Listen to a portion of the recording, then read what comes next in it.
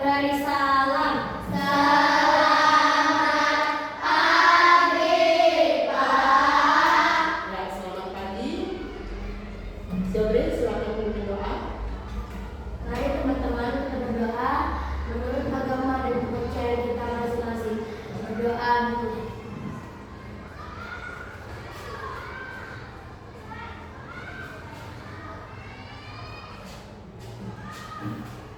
Berdoa sedikit.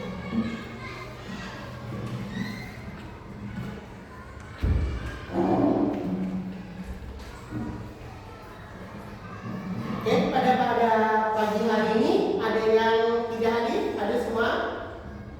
Hadir. Sekarang kita akan mulai pelajaran kita pada pagi hari ini. Nah, anak-anak, apa bacaannya di depan?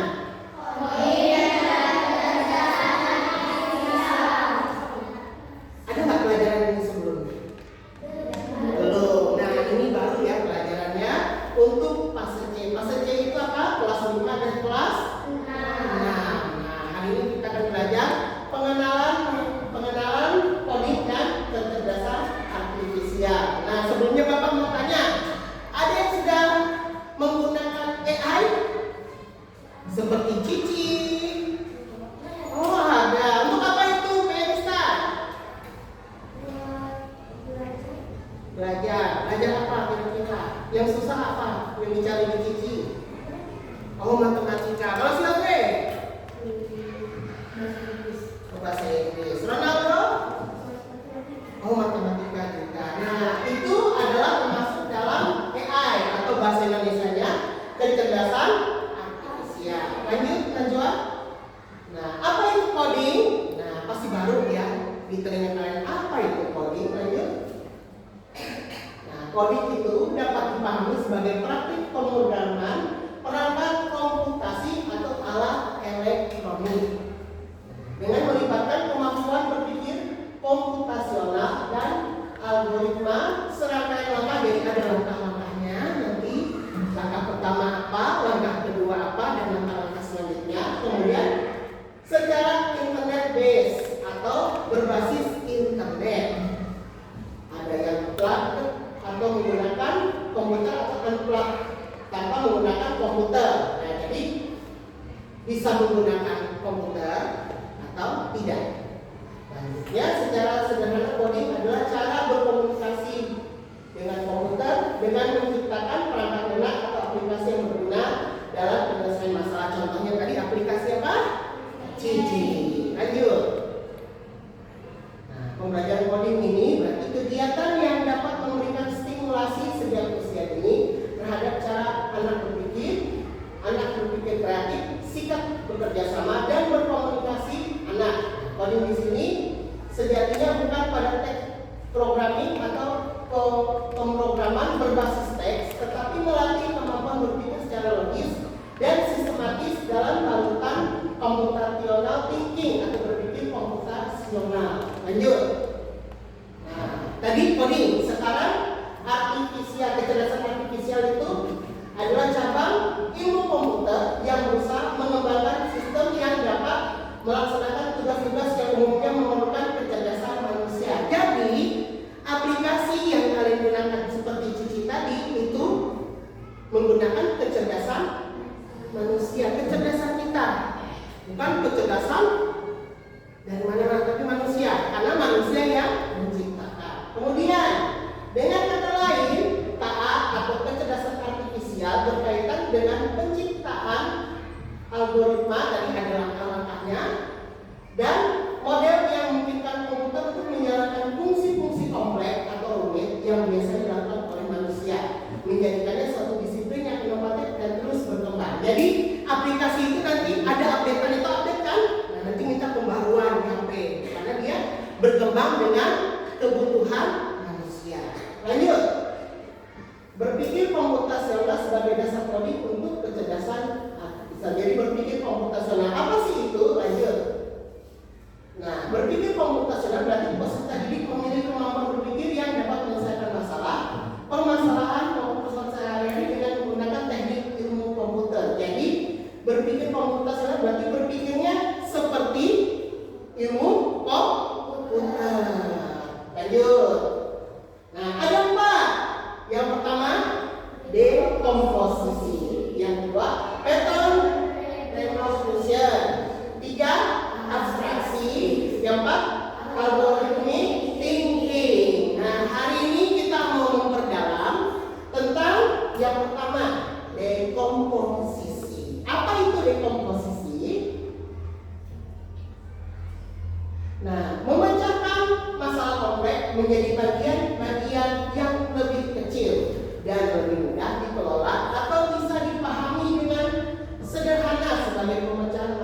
besar ya. Jadi jadi yang besar, jadi kecil. Contohnya kalau kita bermain Lego yang banyak yang tumpukan besar sudah jadi bangunan, itu berasal dari bagian-bagian yang kecil. Lanjut.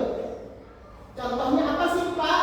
Nah, yang pertama membersihkan kamar. Nah, contohnya apa membersihkan kamar? Yang pertama ambil baju kotor. Biasanya kan ada baju kotor ada di kamar kan? Ambil dulu bajunya. Yang kedua merapikan tempat tidur. Merapikan tempat tidur itu berarti disusun bantalnya. Kemudian menyapu lantainya. Kemudian mengelompokkan mainan. Biasanya kalau yang masih balita-balita di kamarnya pun ada mainan. Kalau di kamar kalian perempuan biasa ada boneka. Nah, dirapikan dulu mainan bonekanya dirapikan dulu. Ini contoh pertama. Jadi yang membersihkan kamar yang besar itu harus dimulai dari yang kecil-kecil. Kemudian membuat nasi goreng. Siapa yang bisa bikin nasi goreng? Nah, apa yang dibuat dahulu kalau bikin nasi goreng? Tantangannya masak nasi dulu. Kalau nasinya masih jadi beras bisa dimasak nggak? Tidak. Jadi harus masak nasinya dulu yang dari beras. Nih, siapkan sayuran. Sayuran ini diapain dulu? Dicuci dulu, dipotong-potong dulu. Terus bumbunya apa kalian? Bawang merah, bawang putih. Ada yang mau praktis pakai racik, ada yang mau bumbu mama suka. Nah, kemudian habis masak nasi, masak dulu sayurannya. Karena tidak semua sayuran bisa langsung dinikmati, bisa langsung dimakan. Contohnya apa? Wortel. Ada yang bisa bikin wortel mentah-mentah? Nah, enaknya dimasak dulu. Kemudian kalau mau pakai telur apa? Diorak-arik, dihancurkan dulu, baru digabungkan semua menjadi satu kesatuan yaitu nasi goreng, baru bisa dimakan, ya. Nah, itu ada 2 contohnya. Nah, sekarang coba lanjut. Nah, latihan kita. Nah, sekarang kita mau latihan dulu. Saya mau minta tolong balikkan kertasnya. Nah, kita mau latihan apa? Menyiapkan tas sekolah. Biasa nggak nih ya? Disiapkan dari rumah ya? Atau Ma? Nah, jadi bukan latihan. Ketahuan nanti. Pada lembar kertasnya Bapak sudah bagikan lembar kertasnya. Nah, silakan dikerjakan ya. Bapak kasih waktu berapa menit? 3 menit cukup ya? Cukup, karena sudah biasa, sudah kelas 5 ya, sudah mandiri atau mandi sendiri. Ya, mandiri berarti bisa semuanya sendiri, tidak dibantu lagi ya. Nah, langsung dikerjakan. Ayo menyusun, menyiapkan tas sekolahnya bagaimana? Apa yang disiapkan? Kalau menyiapkan tas sekolah yang disiapkan apa dulu sih? Ayo ditulis di kertas. Bapak tunggu 5 menit. Kalau ada yang sudah, langsung maju boleh? Boleh.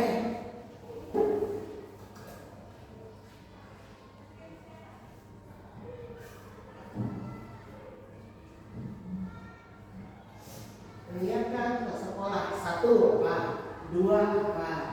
3 apa? 4 apa? Biasanya punya caranya masing-masing. Tiap anak beda. Mau bekalnya dulu, atau mau bukunya dulu, atau mau pulpennya dulu. Ya, bagaimana cara kalian mengurutkan apa yang harus disiapkan?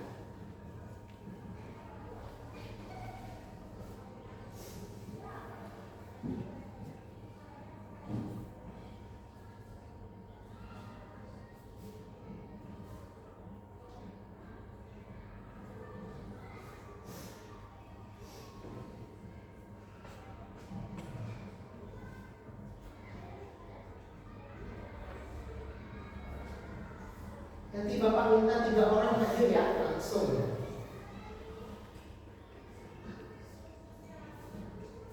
Ya, Andela sudah? Sudah? Maju. Ya, ada 1. Siapa yang sudah? Dua lagi.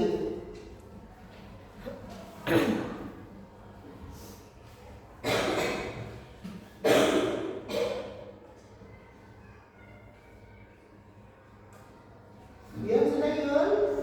Belum? Bakis? Sudah Bakis? Sudah? Oh, laki-laki semua ya, laki-laki semua bertiga jadinya. Oh, bisa mau? Sudah? Sudah ya, berangkat lah. Ayo, nggak apa-apa. Nggak apa-apa. Bapak kan mau melihat, mau mendengar apa yang kalian siapkan. Situ. Ya, mulai dari siapa dulu? Ronaldo dulu ya. Kalian bisa sambil mengerjakan sambil mendengarkan. Ya, baca. Nama satunya apa?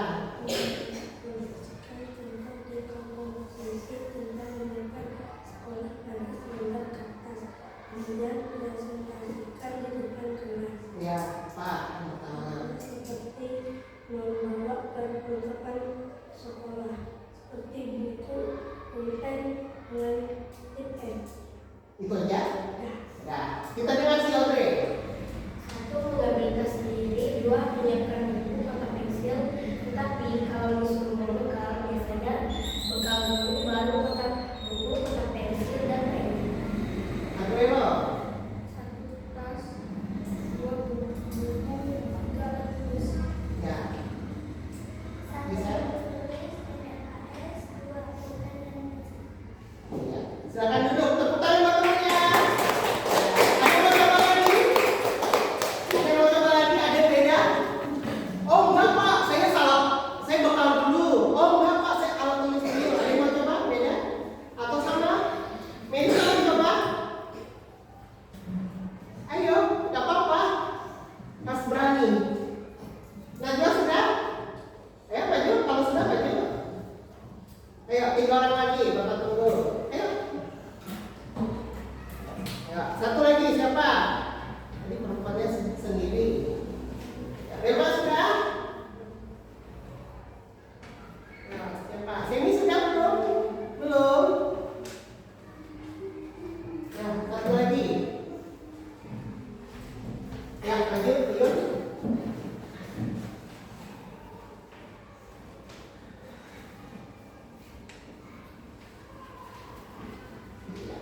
Mulai dari Mary Star dulu, ya.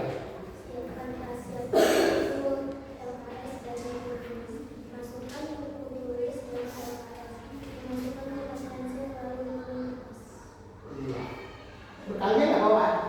Oh nggak bawa bekalnya mau jajan.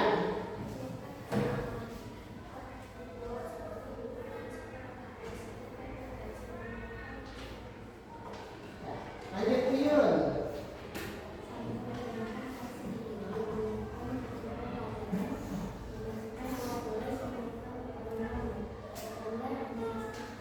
Iya. Tepuk tangan buat temannya. Silakan dulu. Ada berapa contoh ya? Ada yang mau bekal, ada yang enggak. Ada yang pakai LKS, ada yang enggak. Coba Najwa, minta tolong.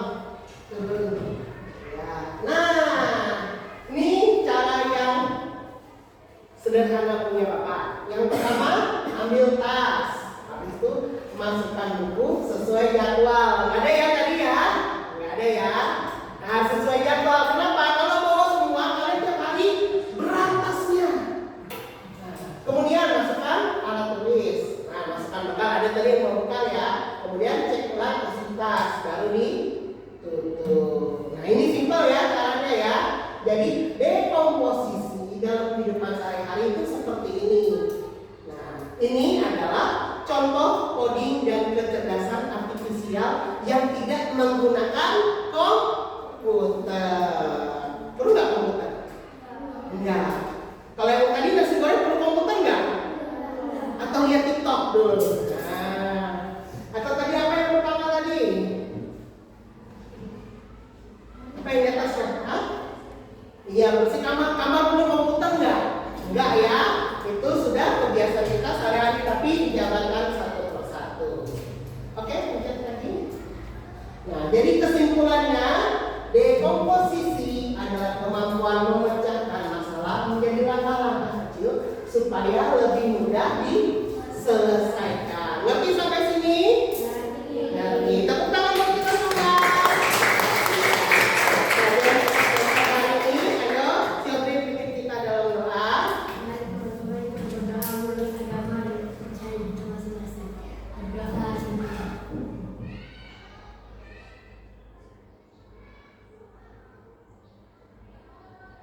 Berdoa selesai.